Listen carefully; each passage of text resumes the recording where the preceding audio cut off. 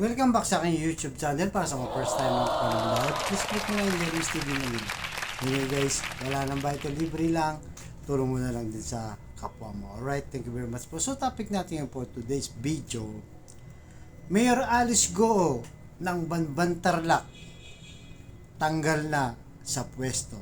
Yan guys, yan ang mainit na balita ngayon matapos i-dismiss ng ombudsman dahil nga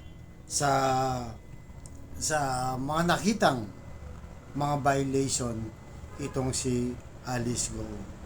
Kaya naglabas din ng statement guys itong si Senador Risa Hontiveros na kung saan alam naman natin na siya yung naunguna, di ba, sa pag-imbestiga na to, di ba? Kaya ngayon ito na yung naging resulta.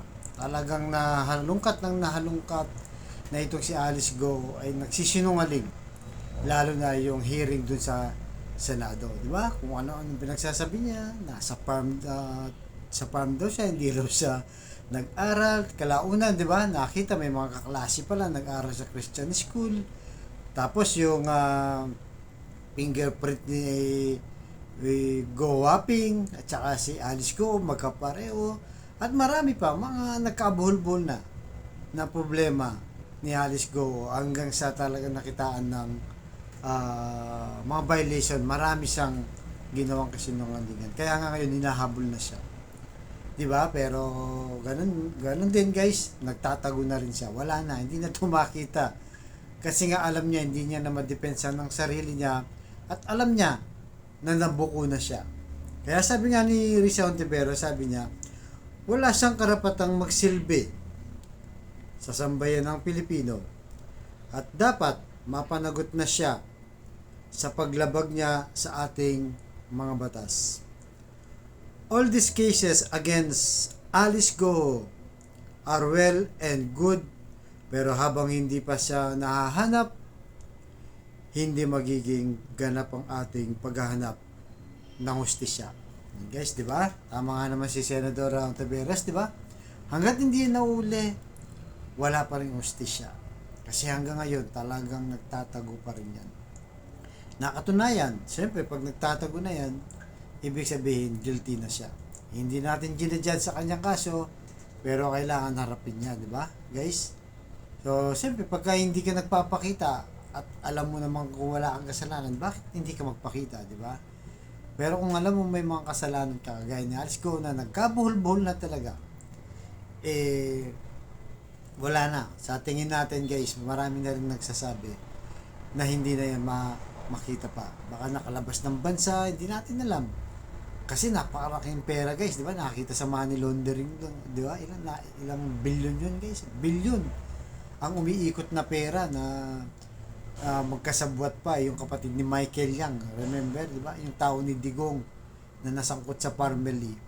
Meron silang transaction sa pera dahil yan sa money laundering council. Nakita nila yan guys. Yung pera talagang nagpapalitan sila. May galawan ng transaction. So nakita natin guys, itong pogo na to talagang nagsakit ng ulo ng gobyerno ni Pangulong Bongbong Marcos. Sa dami ng krimen, di ba? Napapahiya tayo sa mga investor, sa kapitbahay natin, di ba? Sa buong mundo actually, dahil sa tingin ng mga ibang bansa ay nagkakanong tayo ng mga sindikato. At yung mga talagang nakitaan doon, mga personalidad, di ba? Mga wanted pa sa Singapore, at kung saan-saan pa may mga kaso sila. So medyo malalim na guys. Kaya talagang siguro inisip ni Alice Go, wala na siyang chance makabalik pa dahil nga wala na, bukom-buko na siya guys, bukom-buko na sa dami ng nakitang evidence sa kanya.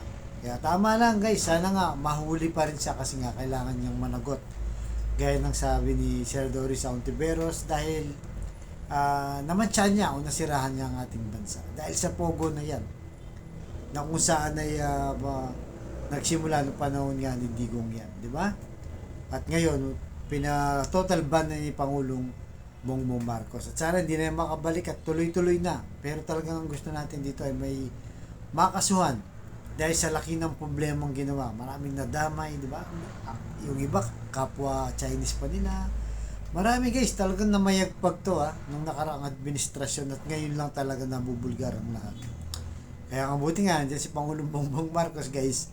Di ba? Hindi man natin sa binoto, pero sa mga ganitong aksyon niya, total ban ng Pogo, talagang suportado natin. Dahil sa kapakanan ng bayan natin to, di ba? Para hindi na tayo mahaluan ng mga kriminal dito sa ating bansa, di ba? Siyempre, isa rin yung factor, yung peace and order. Paano pupunta yung mga investor sa atin kung alam nila may mga sindikato kinakalong ang ating bayan, di ba? Kaya tama ang desisyon ni Pangulong Bongbong Marcos na lahat yan, total ban na talaga yan. Dahil walang halos na itulong yan sa ating bansa. Di ba? Kaya itong si Alice Go, guys, wala na to. Sa tingin ko, guys, at marami na rin nagsasabi, talagang todo tago na to. Dahil hindi niya na, kumbaga sa damit na napunit, hindi niya na kayang tayihin. Dahil nga sa sobrang damage na. At marami ng mga ebidensyang lumabas na sa kanyang statement nung unang-unang investigasyon pa lang sa Senado ay sablay-sablay talaga. Di ba? So okay guys, anong masasabi nyo dito? Napasukan tayo ng Chinese guys. Naging mayor pa, opisyal ng gobyerno natin nang wala tayong kaalam-alam.